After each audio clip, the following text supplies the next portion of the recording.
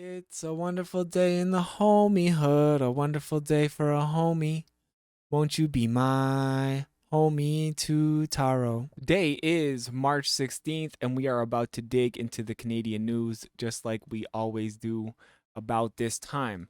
China's Vancouver consulate interfered with 2022 municipal election, according to CSIS.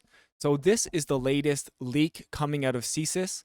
However, we did watch an interview yesterday with Dick Fadden, the former director of of CSIS on CBC, and he said to not necessarily trust that these leaks are coming out of CSIS. We're kind of like making that assumption here based on what the Globe and Mail has reported, and they've kind of been at the forefront of this issue. So we are a bit skeptical, as we should be, as to where this news is coming from, because a lot of these allegations are uncorroborated, and that does not necessarily make for the best journalism. So, China's diplomatic mission in Vancouver has actively interfered in the city's politics, using proxies in diaspora community organizations and grooming politicians to run in last fall's municipal election, according to Canada's spy agency, which of course is CSIS. A January 10th, 2022 Canada Security and Intelligence Service report, viewed by the Globe and Mail, outlines how China's then Consul General Tong Xiaoling discussed mentoring, or as the report quoted, her grooming Chinese Canadian municipal politicians for higher office to advance Beijing's interests. Ms. Tong sought to elect pro-Beijing politicians to city council in the October 2022 municipal election, in which incumbent mayor Kennedy Stewart lost to Ken Sim by a margin of nearly 37,000 votes. So, I mean, that's really, I guess, not that much if you consider probably the population of Vancouver. I don't know if like you could prove that a difference of 37,000 votes were influenced, though.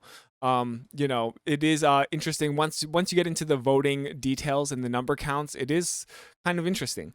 During his term as mayor, Mr. Stewart, drew criticism from the Chinese government for suspending meetings with its diplomats after it put sanctions on Canadian MP Michael Chong, a friend of his and critic of Beijing, and strengthening ties with Taiwan, a self-ruled province that Beijing wants to annex. So, yeah, the former mayor of Vancouver, this guy right here, Kennedy Stewart.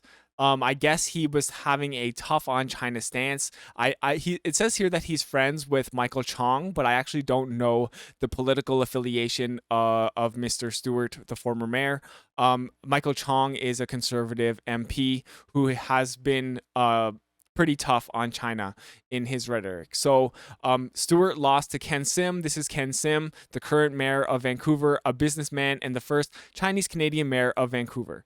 Mr. Sim said during the campaign that Mr. Stewart was paying too much attention to foreign issues. We don't have to worry about what's been happening in other countries. We should be leaving that to the Prime Minister. Mr. Sim was quoted as saying on Phoenix TV, a Hong Kong based TV station majority owned by the Chinese state. So, yeah, I mean, I do agree. It would be kind of weird, for example, if someone in Peterborough or Toronto or Vancouver, Montreal, wherever, is like, we need to be tough on China. It's like, well, you're not really running for a job where you need to be tough on China, or even have an opinion about any of this like foreign diplomacy.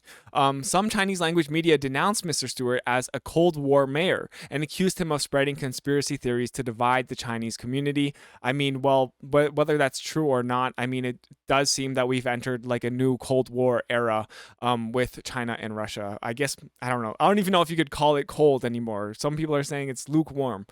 People who are ethnically Chinese make up 1/5 of the Metro Vancouver population, but views on immigration, China's role in the world, and how Ottawa should relate to Beijing are widely divergent across a community that spans a range of generations and places of origin. So I do like that they're including this, because so often I think when we're talking about China and people of Chinese descent in Canada.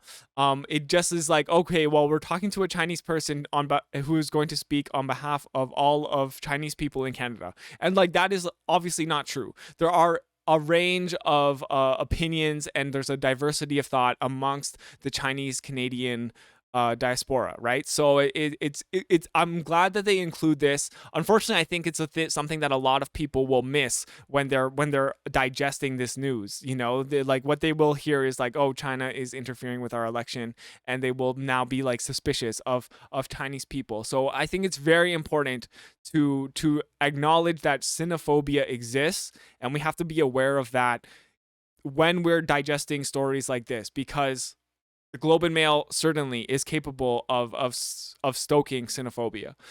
A former NDP MP, they're now talking about Mr. Stewart. Oh, okay.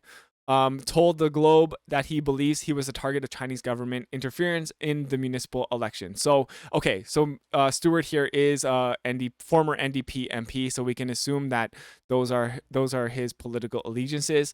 I mean, I don't really disagree with his opinion that, you know, Taiwan should be its own autonomous nation.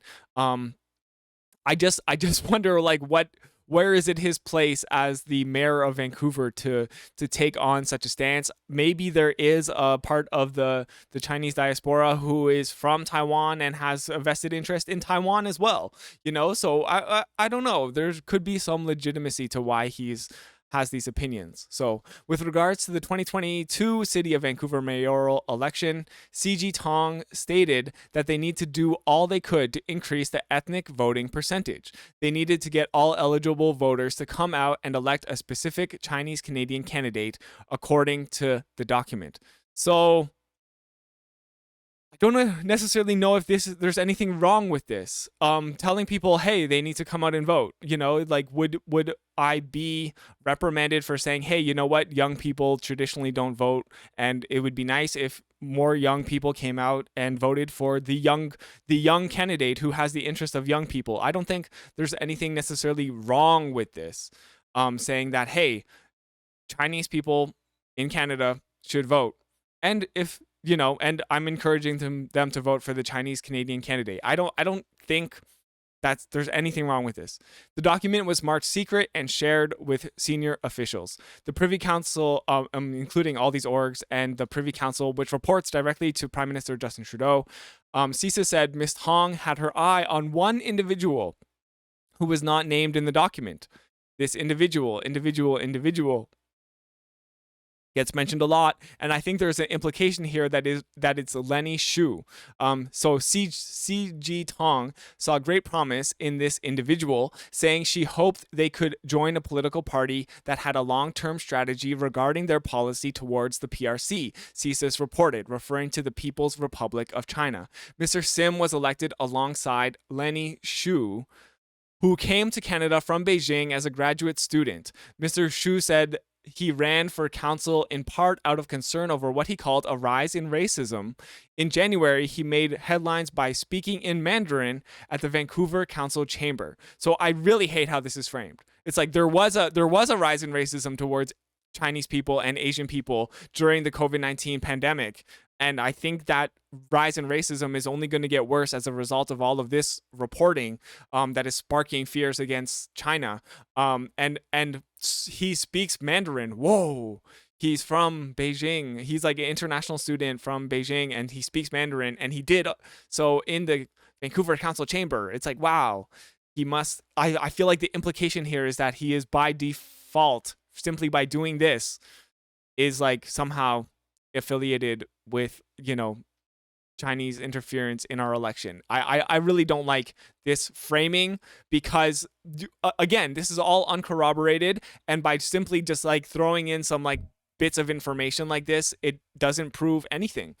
So there's a lot of criticism here, specifically of Canada. It speaks to a couple Chinese Canadians about the potential interference.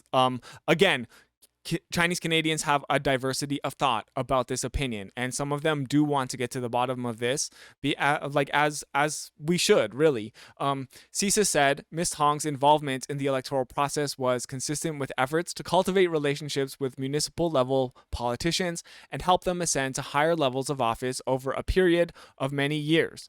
The activity is also consistent with PRC efforts to have more ethnic Chinese individuals enter politics in Western countries, as they are seen to be easier to influence and access, particularly by leveraging community proxies, CSIS added. So I really don't like this either. It's basically saying that, hey, if you are ethnically Chinese, then you are at a higher risk of being influenced by the People's Republic of China. And this is just like, this is such a dangerous essentialist point to make. And this strikes me as xenophobic and at least irresponsible journalism, in the sense that it could stoke xenophobia. I really don't like this. So yeah, Chinese diplomats can influence networks of Chinese associations in Canada, said Ronald Leung, who helped the Federal Conservative Party with community outreach while Stephen Harper was Prime Minister. He is now a commentator and interviewer in the Vancouver area, and it was clear, he said, that local Chinese associations support ABC Vancouver, the party to which both Mr. Sim and Mr. Shu belong to, in 2022. They wanted to see a Chinese face as the mayor of Vancouver, he said, but he added that is not necessarily an indication of foreign interference. Yes, it's not. And now I did Google this ABC Vancouver. They are a new political party, and they have had success because their star candidate is now the mayor of Vancouver. They are affiliated on Wikipedia, at least, as a conservative group. There are so many retired mainland Chinese in Vancouver, and they are getting their pension from the Chinese government, he said. This is Mr. Leung, this man right here. When they are rallied to do something for their motherland, how can you refuse it? I mean, but we are talking about voting. It's not like the Communist Party of China has access to who you voted for. So it's very hard to prove any of this.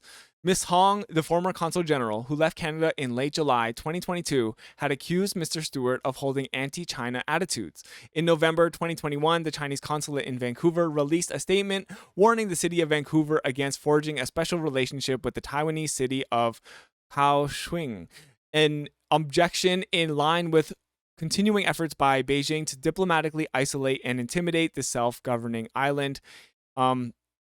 Now, Mr. Stewart was also someone who backed Nancy Pelosi's trip to Taiwan. Again, I don't know why he would do this as the mayor of Vancouver. Why even, for me personally, if I was a politician, why would you comment on something that you have literally no business in affecting, and you're going to collect political damage from? I think that's just stupid move from a political point of view. So as the election approached, Mr. Stewart said he noticed his invitations to Chinese Canadian community events petered out, and certainly none where Ms. Hong was a participant.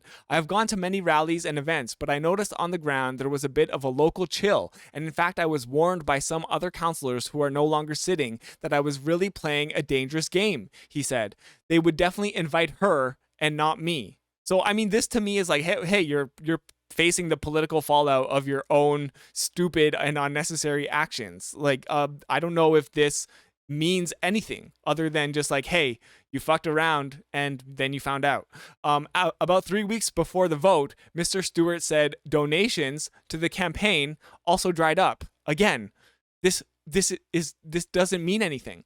It is pretty common for the development community to have a little breakfast or lunch and have 25 people come, and they'd buy their tickets for $1,200. So I mean, this is him just fully admitting that he's in the pockets of the development community, which I guess probably consists in Vancouver of some Chinese folks.